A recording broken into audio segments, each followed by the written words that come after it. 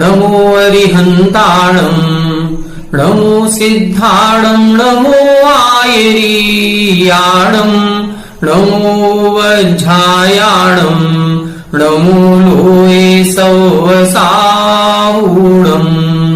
मोक्षमार्गस्य नेतारम् भेत्तारम् कर्म भूभृताम् ज्ञातारम् विश्वतत्त्वानाम् वंदे तत्गुणलब्धये। 1008 श्री मूलनायक आदिनाथ भगवान की जय। द्वासांग जिनवाणी माता की जय। आचार्य श्रेष्ठ आचार्य गुरुवर श्री 108 पूज्यपाद स्वामी महाराज की जय। आचार्य श्रेष्ठ आचार्य गुरुवर श्री 108 विद्यासागर जी महाराज की जय।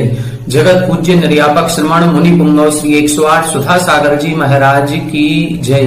समस्त मुनि संघ की जय। आलोक मोदी स्वाध्याय सुधा यूट्यूब चैनल पर आप सभी दर्शकों का एक बार पुनः हार्दिक स्वागत, हार्दिक अभिनंदन। पूज्यवर आचार्य पूज्यपाद स्वामी जी द्वारा विरचित श्री सर्वार्थ सिद्धि ग्रंथराज की स्वाध्याय श्रृंखला में हम सभी दूसरे, तीसरे और चौथे अध्याय का स्वाध्याय कर चुके हैं।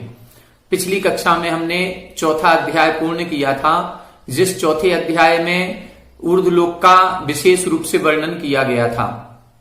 ऊर्ध्वलोक में चारों निकाय के देवों का विशेषतया वर्णन किया गया, जिसमें हमने उन देवताओं की सभी प्रकार की विशेषताओं को समझने का प्रयास किया, जिसमें उनकी अवगाहना, उनका अवधि ज्ञान, उनकी लेस्या, उनमें प्रविचार कैसे होता है और उनकी जगन्य उत्कृष्ट आयु, उन स्वर्गों में विमान कितने कैसे होते हैं, उनमें उपासय्या कैसी होती हैं, उनमें अकृत्रिम चैत्यालय कहां पर कैसे होते हैं, इत्यादि सभी विषयों को हमने विस्तार पूर्वक समझा। अभी भी कुछ विषय उसमें शेष रह गए हैं, जो तीसरा और चौथा अध्याय है। उस तीसरे चौथे अध्याय में जैसे नंदीश्वर द्वीप की रचना, जैसे पंचमेरु की संरचना, जैसे त्रसनाड़ी और लोकनाड़ी, इन दोनों में क्या अंतर है, जैसे लोक का घनफल कैसे निकाला जाता है, लोक 343 घन राजू होता है, ये कैसे होता है, तो इत्यादि ये विषय चूंकि अपन सर्वार्थ सिद्धि ग्रंथ को पढ़ रहे थे और एक एक सूत्र को लेकर के चल रहे थे, जो टीका में प्रसंग प्राप्त हुआ उस प्रसंग को अपन ने विस्तार से समझने का प्रयास किया। ये जो विषय अपने अभी टीका में नहीं आए हैं और ये जो विषय रह गए हैं, यदि आप लोग इन विषयों को समझना चाहते हैं तो ये विषय इसी हमारे YouTube चैनल पर अलग से वीडियो इसमें डली हुई हैं, जिसमें नंदीश्वर द्वीप की पूजा का जो जयमाल है उस जयमाल के साथ पूरा सचित्र वर्णन किया गया है। पंचमेरु की पूजन का भी उसमें सचित्र पूरा बोर्ड के माध्यम से हमने समझाया है, जिसमें भद्रसाल वन, नंदन वन, सोमनस वन कितनी कितनी ऊंचाई पर होते हैं, कैसे इनकी पांडुकशिला आदि बनती है, ये सारा विस्तार से वर्णन है। त्रसनाड़ी, लोकनाड़ी, इन दोनों में क्या अंतर है, ये भी एक वीडियो डली हुई है।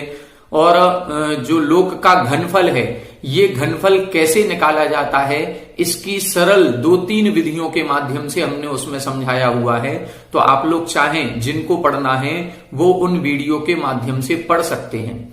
अब आज से अपन यहाँ पर 3 लोक का जो वर्णन अपन ने पढ़ा है उसका वर्णन पूरा करके आगे का स्वाध्याय पूरा करते हैं, क्योंकि आप सभी 12 वर्षीय पाठ्यक्रम वालों की एग्जाम की डेट आ चुकी है। पहला एग्जाम 16 अप्रैल को होना है और दूसरा 23 अप्रैल को होना है। 16 अप्रैल के पहले पहले हमें ये 5वां अध्याय और पहला अध्याय जो रह गया है इसको पूरा करना है, इसलिए अन्य विषयों को ना लेकर के अब हम 5वां अध्याय प्रारंभ करेंगे। संभवतः 15 से 20 दिन में ये हमारा अध्याय पूरा हो जाएगा और बाकी 15 दिन में अपन पहला अध्याय भी पूर्ण कर लेंगे। पहले अध्याय में 8वां सूत्र नहीं आना है, इसलिए हमारा बहुत सारा विषय उसमें कम हो जाएगा, तो आराम से 15 दिन में हो जाएगा अपना विषय। आइए 5वां अध्याय अपन प्रारंभ करेंगे। इस 5वें अध्याय में किस चीज का वर्णन आएगा इसको समझते हैं। अभी तक अपन ने जो समझा कि ये तत्वार्थ सूत्र ग्रंथराज का टीका ग्रंथ है, और तत्वार्थ सूत्र जो नाम पड़ा है वो इसलिए पड़ा है क्योंकि इसमें 7 तत्वों का विस्तार से वर्णन किया गया है। तत्व 7 हैं: जीव, अजीव, आश्रव, बंध, संवर, निर्जरा और मोक्ष। इसमें से जो प्रारंभ के 4 अध्याय हैं इन प्रारंभ के 4 अध्यायों में जीव तत्व का विस्तार से वर्णन किया है।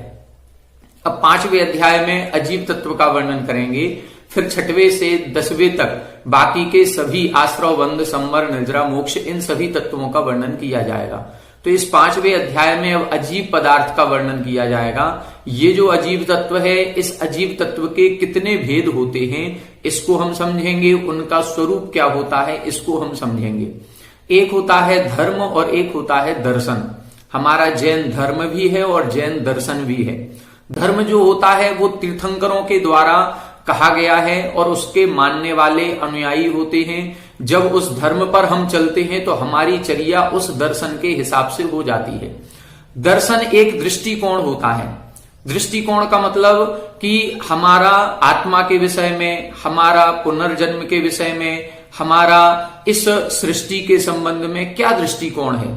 ये जो सृष्टि है जिसमें विभिन्न प्रकार के पशु पक्षी भी दिखाई दे रहे हैं, मनुष्य भी दिखाई दे रहा है, जन्म हो रहा है, मरण हो रहा है, ये पृथ्वी, जल, अग्नि, वायु, वनस्पति, ये पंचभूत तत्व आदि भी दिखाई दे रहे हैं। तो ये जीव के जन्म मरण का हेतु क्या है।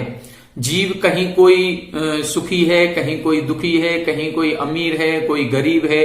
ये इसको दुख और सुख किस कारण से मिलते हैं, ये किस कारण से इस संसार में जन्म लेता है, किस कारण से मर जाता है, इत्यादि विषय में हमारे जैन धर्म क्या कहता है। बस जो जैन धर्म का दृष्टिकोण है उसको हम जैन दर्शन कहते हैं।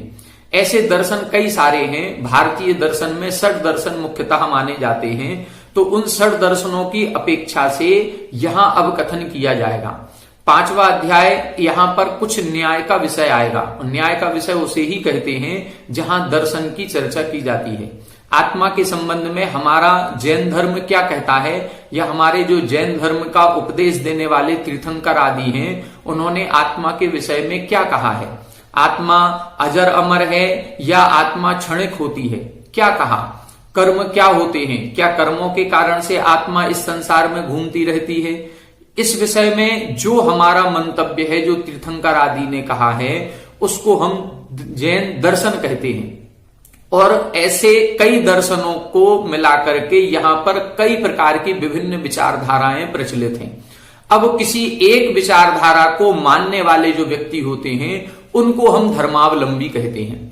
जैसे जैन दर्शन की जो विचारधारा है, उस जैन दर्शन की विचारधारा को हम फॉलो करेंगे, हम उस जैन दर्शन की विचारधारा का पालन करेंगे, तब हम जैन धर्म अनुयायी कहलाएंगे। कई लोग ऐसे होते हैं जिनका जन्म जैन दर्शन में या जैन धर्म में नहीं हुआ, उनका जन्म नहीं हुआ, लेकिन जैन कुल में जन्म नहीं होने के बाद भी उनको जैन धर्म की विचारधाराएं बहुत अच्छी लगती हैं। जैन धर्म के जो कंसेप्ट हैं वो बहुत अच्छे लगते हैं। तो वो अदर जैनेतर धर्म में उत्पन्न होने के बाद भी जैन क्रियाकलापों का पालन करते हैं। तो ये जैन दर्शन अलग चीज है और जैन धर्म अलग चीज है। यहां इस 5वें अध्याय में अब दर्शन का विषय आएगा कि हमारा जो जैन धर्म है या हमारे जो तीर्थंकर आदि हैं उन्होंने इस सृष्टि के संबंध में क्या उपदेश दिया है। तो यहां पर अपन ये समझेंगे कि हमारे तीर्थंकर प्रभु ने 6 द्रव्य बतलाई हैं। ये सृष्टि क्या है, इस सृष्टि में 2 द्रव्य मुख्य हैं, एक जीव और एक अजीव।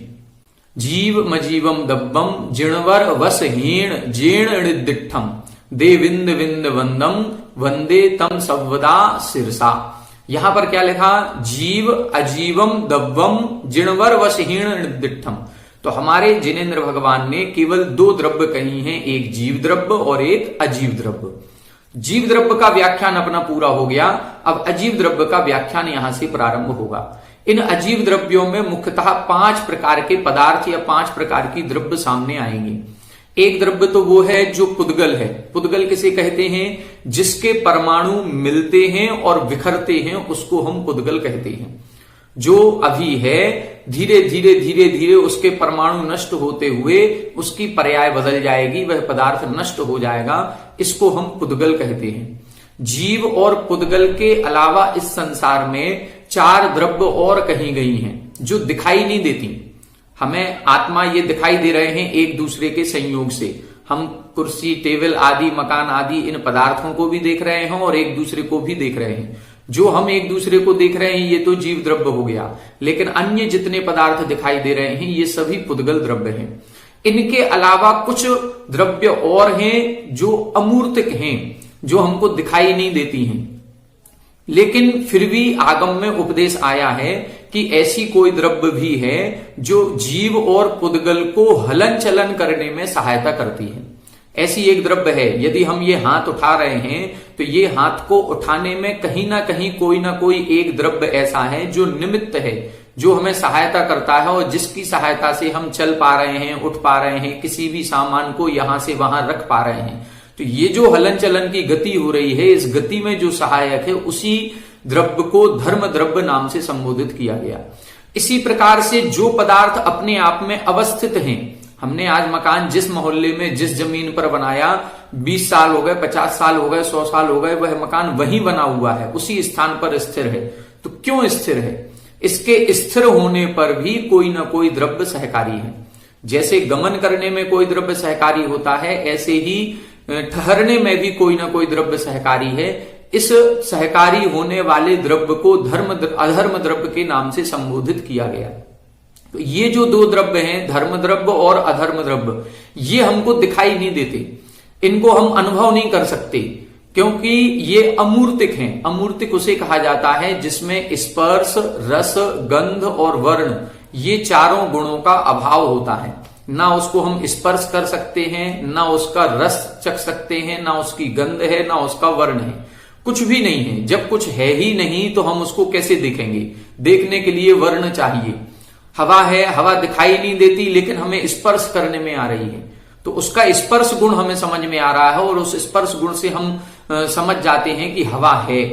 लेकिन धर्म अधर्म द्रव्य में कुछ भी नहीं है, ना स्पर्श है, ना रस है, ना गंध है, ना वर्ण है। ये कैसे हैं? ये अमूर्तिक हैं। ये अमूर्तिक हैं, जब इसको हम देख नहीं सकते, जान नहीं सकते, तो फिर हमने कैसे माना? ये हमने अपने ज्ञान से नहीं माना, ये हमने केवल ज्ञानी के ज्ञान से जाना है। हमारा जो भी उपदेश हुआ है ये केवल ज्ञानी तीर्थंकर प्रभु के द्वारा हुआ है, और उन्होंने इस केवल ज्ञान से जाना है कि इस पूरे सृष्टि में केवल जीव और पुद्गल ये दो द्रव्य नहीं है, इनके अलावा भी द्रव्य हैं, जिसमें एक द्रव्य ऐसा है जो इनके गमन करने में सहायता करता है, वो धर्म द्रव्य है, और एक द्रव्य ऐसा है जो ठहरना चाहते हैं, ऐसे जीव पुद्गल को ठहरने में सहायता करता है, उसे हम अधर्म द्रव्य कहते हैं। अब जब ये जो दो चार प्रकार के द्रव्य हो गए, जीव, पुद्गल, धर्म, अधर्म, ये चारों प्रकार के द्रव्यों को जो द्रव्य स्थान देता है, कोई एक बहुत बड़ी महासत्ता है जो इन सभी को ठहरने के लिए स्थान दे रही है, जिसमें ये सारे द्रव्य ठहरे हुए हैं। उस एक महासत्ता को, उस द्रव्य को एक नाम दिया गया आकाश द्रव्य।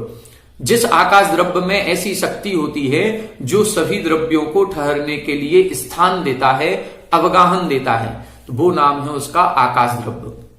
ये जितने भी द्रव्य हैं, जीव, पुद्गल, धर्म, अधर्म, आकाश, इन सभी द्रव्यों में परिवर्तन समझ में आता है। आज कुर्सी रखी हुई थी या चेयर रखी हुई है, ये आज कैसी है और 10 साल बाद इसमें परिवर्तन आ जाएगा। हम जैसे थे जब हम पैदा हुए थे तब हमारी आकृति स्वरूप अलग था, और धीरे धीरे इसमें परिवर्तन आ रहा है। तो ये जो जीव पुद्गलों में या धर्म अधर्म आदि में जो परिवर्तन देखा जा रहा है, इस परिवर्तन में भी कोई ना कोई द्रव्य सहकारी है। बिना किसी की सहायता के कुछ नहीं हो सकता। तो कहीं ना कोई एक द्रव्य ऐसा भी है जो इन सभी द्रव्यों को परिवर्तन में सहायता करता है, जो स्वयं भी परिवर्तित होता है और अन्य द्रव्यों को भी सहायता करता है। ऐसे उस द्रव्य का नाम है काल द्रव्य। तो ऐसे 6 द्रव्य यहां पर जिनेंद्र भगवान के द्वारा उपदिष्ट की गई हैं। ये 6 द्रव्यों के द्वारा ही संपूर्ण सृष्टि अनादिकाल से चलायमान हो रही है, इसका परिवर्तन हो रहा है और अनंत काल तक होता रहेगा। इसमें से ये जो 6 द्रव्य हैं, ये 6 ही हैं, कभी ना 7 हुई ना कभी 5 हुई, और ये हमेशा जैसी हैं वैसी ही रहती हैं। ये कभी नष्ट को प्राप्त नहीं होती, इनका व्यय नहीं होता, ये अव्यय स्वरूप रहती हैं, ये नित्य हैं।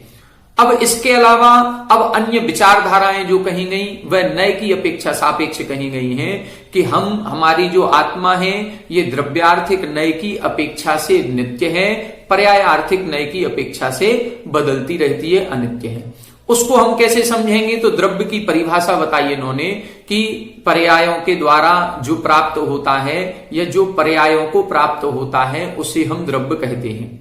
गुणों के द्वारा या गुणों को जो प्राप्त होता है उसे हम द्रव्य कहते हैं। जिसमें उत्पाद, व्यय और द्रव्यपना होता है उसको हम द्रव्य कहते हैं। तो इत्यादि प्रकार से द्रव्य किसे कहते हैं, पर्याय क्या कहलाती है, गुण क्या कहलाते हैं, इन सभी का विशेष वर्णन अब हमें इस 5वें अध्याय में पढ़ने को मिलेगा। थोड़ा सा रूखा विषय है क्योंकि ये विषय हम लोगों के बार बार पढ़ने में नहीं आया, लेकिन कोशिश करेंगे कि इसकी जो लैंग्वेज हल्की सी कठिन लगेगी, लेकिन उस कठिन लैंग्वेज को भी सरल भाषा में आपको समझाने का प्रयास करेंगे जिससे ये आपके समझ में आ जाए। द्वादश वर्षीय पाठ्यक्रम के 5म वर्ष में एक और पेपर आपके रखा गया है आलाप पद्धति। उस आलाप पद्धति में भी इन्हीं 6 द्रव्यों के सामान्य गुण, विशेष गुण, पर्याय इत्यादि सभी विषयों का वर्णन किया गया है। तो ये जो विषय अपन 5वें अध्याय में पढ़ेंगे ये वहां आलाप पद्धति में भी आपके लिए बहुत उपयोगी होगा, सहायक होगा। और उस आलाप पद्धति को जिन्होंने पढ़ लिया होगा वो उनको ये विषय भी बहुत अच्छी तरह से समझ में आएगा। ये दोनों विषय एक दूसरे के पूरक हैं।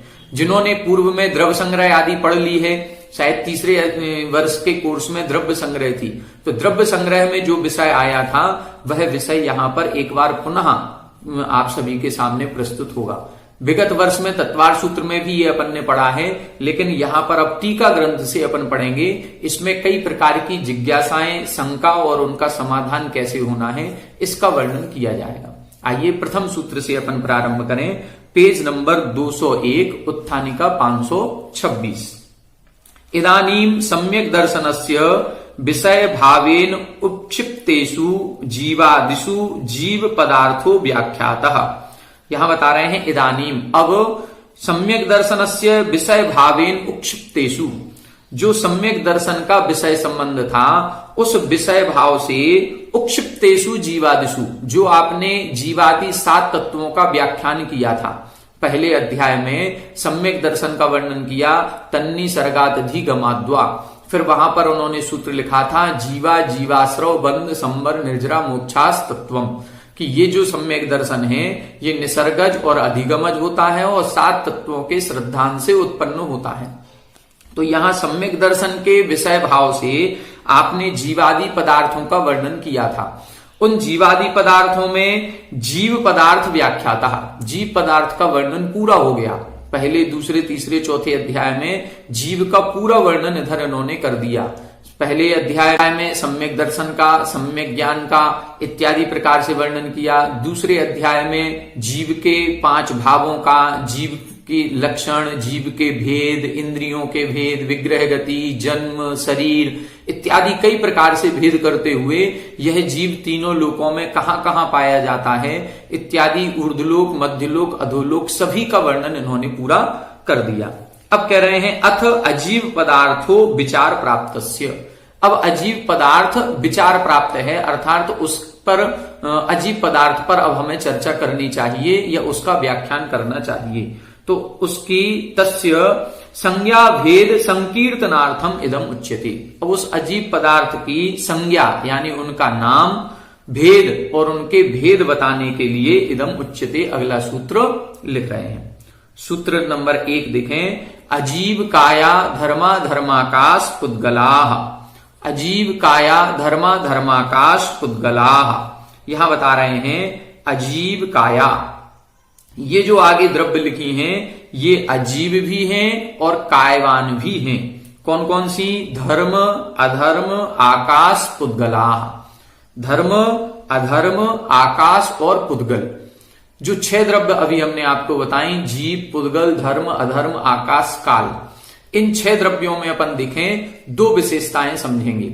इन 6 में से एक द्रव्य मात्र ऐसी है जिसमें जानने देखने की शक्ति होती है। बाकी 5 द्रव्य ऐसी हैं जिनमें ये शक्ति नहीं पाई जाती, जो जान नहीं सकता, देख नहीं सकता। अब जिसमें ये जो शक्ति पाई जाती है उसको हम बोलेंगे जीव द्रव्य, और जिसमें ये शक्ति नहीं होती उसको बोलेंगे अजीव द्रव्य। तो जीव द्रव्य मात्र एक है जिसको हम जीव कहते हैं। बाकी धर्म, अधर्म, आकाश, काल और पुद्गल ये 5 द्रव्य अजीव होते हैं, इनमें जानने देखने की शक्ति नहीं होती। दूसरा शब्द है कायवान।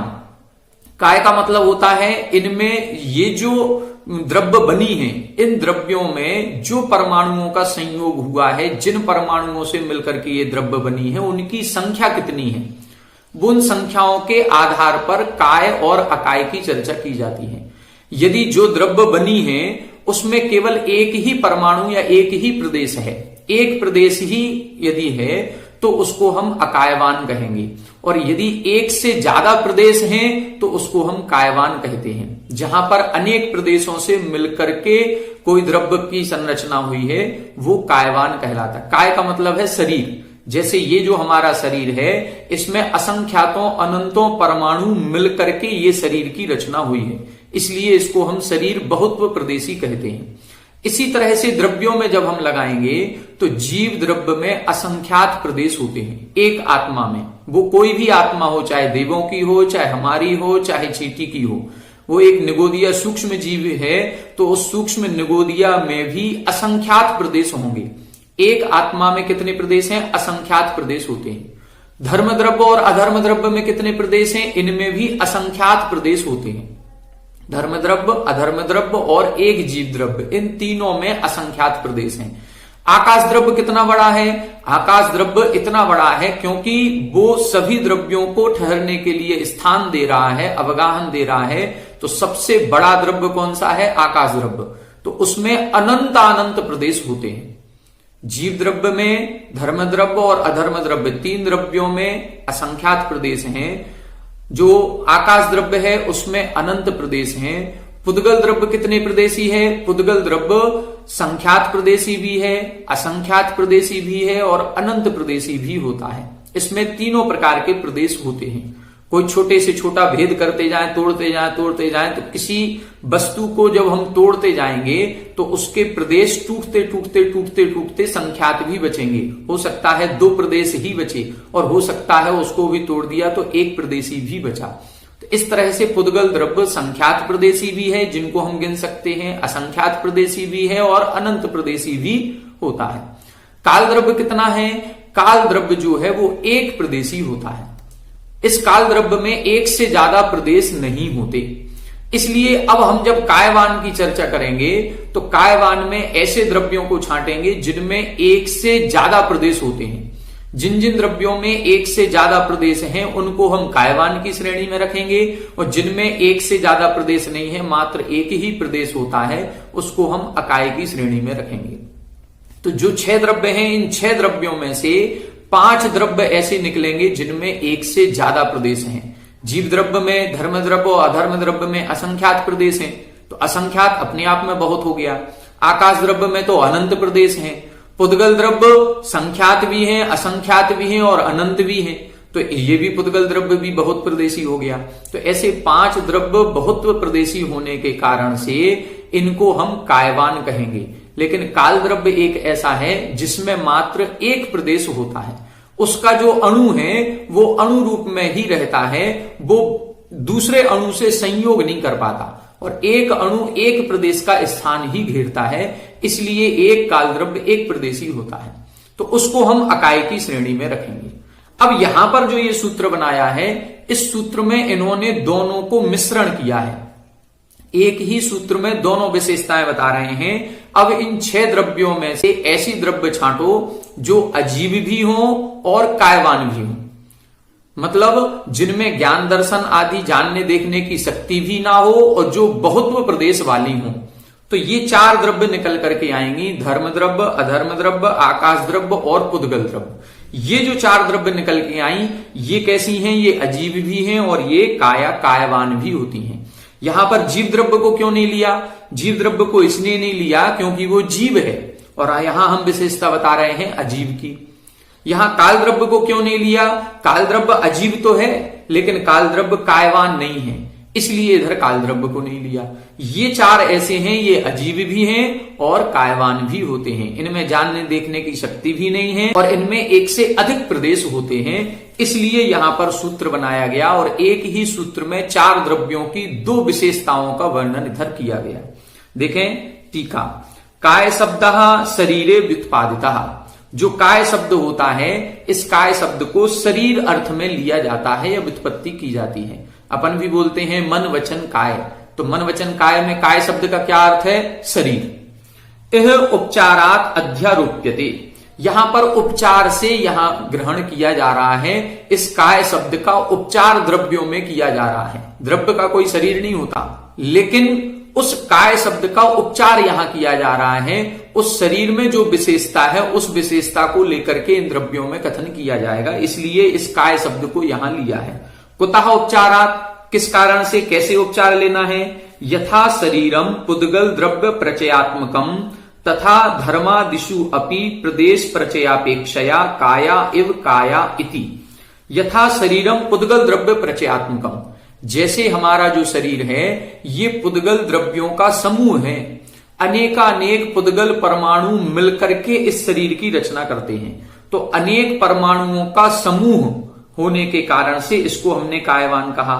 तथा इसी प्रकार से धर्मादिषु अपि, धर्म, अधर्म, आकाश और पुद्गल, ये जो ऊपर चार द्रव्य कहे हैं, इन चारों में भी प्रदेश प्रचय अपेक्षया, प्रदेशों के प्रचय की अपेक्षा से, मतलब अनेक प्रदेशों के समूह होने की अपेक्षा से काया एव काया इति, ये शरीर के समान होने से, जैसे शरीर बहुत प्रदेशी है, इसी प्रकार से ये जो चार द्रव्य हैं ये भी बहुत्व प्रदेशी हैं, इसलिए इनको कायवान कहते हैं। एक विशेष व्याख्या इन्होंने काय शब्द की कर दी। अजीवा च ते कायाश्च अजीव काया विशेषणम विशेष्येण इति वृत्ति। यहां बता रहे हैं अजीवाश्च ते कायाश्च, जो अजीव हैं और जो कायवान हैं, इन दोनों को विशेषण विशेष्येण इस सूत्र के द्वारा समास किया गया और दोनों को आपस में मिलाकर के एक शब्द बन गया अजीव काया। ये समास किया गया कौन सा? विशेषणम विशेष्येण, विशेषण और विशेष्य। विशेषण वह गुण या वह लक्षण होता है जो किसी पदार्थ की विशेषता बतलाता है, उसको हम विशेषण कहते हैं, और जिसकी विशेषता बतलाई जाती है उसको विशेष्य कहते हैं। तो इस कारण से अजीव और कायवान इन दोनों का समास कर दिया गया। प्रश्न हो रहा है ननु च नीलोत्पलादिषु व्यभिचारे सति विशेषण विशेष्य योगः।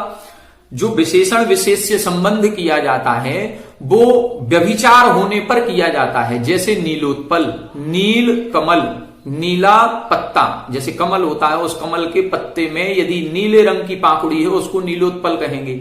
लेकिन वह पाखुड़ी क्या हमेशा नीली ही पाई जाती है? नहीं, पाखुड़ी कमल देखा जाए तो सफेद भी होता है, कमल लाल भी होता है। तो चूंकि ये विशेषता बतलाने के लिए कि यह कमल नीले पत्ते वाला है, इसलिए इधर विशेषण विशेष्यण होता है। यहां पर भी क्या ये व्यभिचार पाया जाता है कि अजीब काया अन्य कोई द्रव्य भी ऐसे हों जो अजीब हैं या कायवान हैं? तो आपने इधर क्यों किया? तब इधर लिख रहे हैं यहां भी व्यभिचार योगो अस्ति, यहां पर भी व्यभिचार का योग है। यहां पर भी अन्य द्रव्य ऐसे हैं जिनमें अजीब का गुण पाया जाता है और कायवान का गुण पाया जाता है, तो यहां पर भी व्यभिचार है, इसलिए हमने विशेषण विशेष्यण इस सूत्र से समास किया है। अब वो कौन है, कैसा व्यभिचार है? तब लिख रहे हैं अजीव शब्दो अकाये काले अपि वर्तते। देखो वो व्यभिचार बता रहे हैं कि अजीब शब्द जो है वो अकाये काले अपि वर्तते, जो कायवान नहीं है, अकाय है, ऐसे काल द्रव्य में भी पाया जाता है। काल द्रव्य जीव है कि अजीव? अजीब है। तो अजीब केवल ये ही चार नहीं है, एक और द्रव्य ऐसा है जो अजीब है, जिसमें जानने देखने की शक्ति नहीं होती, एक और है। उसको इधर क्यों नहीं लिया? क्योंकि अकाये, वो अकायवान है, कायवान नहीं है, इसलिए। और दूसरा क्या लिखा? कायो अपि जीवे, क्या ये जितने हैं ये अजीब ही हैं? क्या जितने ये हैं ये सारे के सारे कायवान हैं? बोले नहीं, काया अपि जीवे, कायवान एक द्रव्य और है, वो जीव द्रव्य है। अजीव द्रव्य काल भी है, लेकिन काल को ग्रहण नहीं किया क्योंकि वो अकाय है। जीव द्रव्य कायवान है, लेकिन उसको ग्रहण क्यों नहीं किया? क्योंकि वो जीव है, अजीव नहीं है। तो ये जो व्यभिचार पाया जा रहा था, इसलिए इधर विशेषण विशेष्यण सूत्र से इधर समास किया है। अब पूछ रहे हैं किमर्थः काय शब्दः, यहां काय शब्द किस लिए लिखा है? तब लिख रहे हैं प्रदेश बहुत्व ज्ञापनार्थ। जो काय शब्द लिखा है ये प्रदेश बहुत्व का ज्ञापन कराने के लिए, ज्ञान कराने के लिए लिखा है। धर्मादीनाम प्रदेशा वहवा इति। इससे ये अर्थ निकलेगा कि जो धर्म अधर्म आकाश और पुद्गल ये जो द्रव्य लिखी हैं ये बहवा प्रदेशा, ये बहुत प्रदेश वाली होती हैं, ये ज्ञान करना है। ननुच असंख्येयाः प्रदेशा धर्माधर्मैक जीवानाम इत्यनेनैव प्रदेश बहुत्वम ज्ञापितम। यहां कह रहे हैं, फिर प्रश्न किया कि आगे एक सूत्र इसी में आएगा, असंख्येया प्रदेशा धर्माधर्मैक जीवानाम। उस सूत्र में भी तो प्रदेश बहुत्व ज्ञापन किया जाएगा। उस सूत्र में भी यही बताएंगे कि धर्म द्रव्य में, अधर्म द्रव्य में और एक जीव द्रव्य में असंख्यात प्रदेश होते हैं। तो फिर यहां पर कायवान क्यों शब्द लिखा, और यदि यहां लिख दिया था तो वहां वो सूत्र क्यों बनाया? दो जगह में से एक जगह ही वर्णन करना था, दो जगह की आवश्यकता क्या थी? तब इधर लिख रहे हैं सत्यम इदम, ये आपका कहना सही है। परम किंतु अस्मिन विधौ सति तत् अवधारणम विज्ञायते असंख्येयाः प्रदेशा न संख्येया न अपि अनंता इति। यहां ये बता रहे हैं कि यहां जो हमने कायवान शब्द लिखा है ये तो बहुत्व का ज्ञान करा रहा है कि उसमें एक से अधिक प्रदेश होते हैं। कितने होते हैं इसका ज्ञान उस सूत्र में बताएंगे कि असंख्या प्रदेशा धर्मा धर्मैक जीवानाम। उस सूत्र में उनकी संख्या बताई जाएगी कि धर्म द्रव्य, अधर्म द्रव्य और एक जीव द्रव्य में असंख्यात प्रदेश होते हैं, न संख्यात होते हैं न अनंत होते हैं। यहां पर जो काय शब्द है यहां तो बहुत्व का ज्ञान करा रहे हैं कि वो बहुत पैसे वाला है, लेकिन वहां जो अगले सूत्र में बताएंगे, अब ये बताएंगे कि उसके पास कितने हैं, वो लखपति है कि करोड़पति है कि अरबपति है। तो कह रहे हैं ना वो लखपति है ना वो अरबपति है, वो तो करोड़पति है। तो ये चीज इधर बता रहे हैं कि ना तो उसमें संख्यात प्रदेश हैं ना अनंत प्रदेश हैं, ये असंख्यात प्रदेशी होते हैं। यह ज्ञान कराने के लिए उस समय सूत्र लिखेंगे या आगे सूत्र लिखा है। कालस्य प्रदेश प्रचय अभाव ज्ञापनार्थम यह काय ग्रहणम। अब काय शब्द के दो अर्थ इन्होंने बताए कि काय शब्द हमने क्यों लिखा है, तो एक तो काय शब्द इसलिए लिखा है कि जिससे धर्मादि प्रदेश बहुत सारे हैं ये ज्ञान हो जाए। लिखा था ना किमर्थः काय शब्द प्रदेश बहुत्व ज्ञापनार्थम। काय शब्द दो विशेषताओं से लिखा, एक तो कि धर्म आदि द्रव्यों में अनेक प्रदेश होते हैं, और दूसरा अर्थ क्या लिखा, कालस्य प्रदेश प्रचय अभाव ज्ञापनार्थम। जब काय शब्द लिख दिया और इधर काल को नहीं लिखा, इससे यह सिद्ध होता है कि काल द्रव्य में प्रदेश प्रचय नहीं पाया जाता। ये इससे सिद्ध हो रहा है। यदि काल द्रव्य में भी पाया जाता तो इधर धर्मा धर्माकाश पुद्गलाह कालाह ऐसा शब्द काल शब्द और जोड़ देते, लेकिन काल नहीं जोड़ा। ये इसका ज्ञान करा रहे हैं कि कालस्य प्रदेश प्रचय अभाव ज्ञापनार्थम की काल द्रव्य में प्रदेश के प्रचय का समूह होने का अभाव है, यह ज्ञान कराने के लिए काय ग्रहणम इस सूत्र में काय शब्द लिखा है। कालो वक्ष्यते, काल द्रव्य का वर्णन हम आगे करेंगे। तस्य प्रदेश प्रतिषेधार्थम यह काय ग्रहणम, उसके प्रदेशों का प्रतिषेध करने के लिए यहां पर काय शब्द का ग्रहण किया है। यथा अणु प्रदेश मात्रत्वात् द्वितीयादयो अस्य प्रदेशा न संति इति अप्रदेशो अणु। जैसे अणु प्रदेश मात्रत्वात् एक प्रदेश ही स्थान घेरता है, तो एक प्रदेश ही स्थान घेरने के कारण से द्वितीयादयो अस्य प्रदेशो न संति, दूसरे आदि इसके प्रदेश नहीं होते हैं, इसलिए अप्रदेशो अणु, इसलिए अणु को अप्रदेशी कहा जाता है। तथा उसी प्रकार से काल परमाणु अपि एक प्रदेशत्वात् अप्रदेश इति, इसी प्रकार से काल द्रव्य का जो परमाणु है वह भी एक प्रदेश का स्थान घेरता है, इसलिए उसको अप्रदेशी कहते हैं। परमाणु दो द्रव्यों में देखने को मिलेंगे, एक काल के साथ में मिलेगा कालाणु, और एक होगा पुद्गल के, दो भेद करेंगे अणु और स्कंद। तो एक पुद्गलाणु और एक कालाणु, दोनों में विशेषता होती है। दोनों में विशेषता ये होती है कि पुद्गल का अणु भी एक प्रदेश स्थान घेरेगा, काल का अणु भी एक प्रदेश का स्थान घेरेगा, तो दोनों भी अप्रदेशी हो गए। लेकिन पुद्गल के अणु में ये सामर्थ्य है कि वो दूसरे अणु से संबंध बना सकता है और अन्य अणुओं से मिलकर के वो स्कंध बन जाता है, इसलिए बहुत्व प्रदेशी हो जाता है। लेकिन यहां जो काल का अणु है ये किसी अन्य दूसरे काल के अणु से संबंध नहीं बना सकता, उसके साथ संयोग नहीं कर सकता, इसलिए ये कालाणु अकेला था और अकेला ही रहेगा। पुद्गल का अणु अकेला तो था लेकिन अकेला ही रहेगा ऐसा कोई नियम नहीं है, इसलिए उसको उपचार से बहुप्रदेशी कह दिया जाता है, क्योंकि ये जो पुद्गल का अणु है ये कभी भी स्कंद रूप में आ सकता है।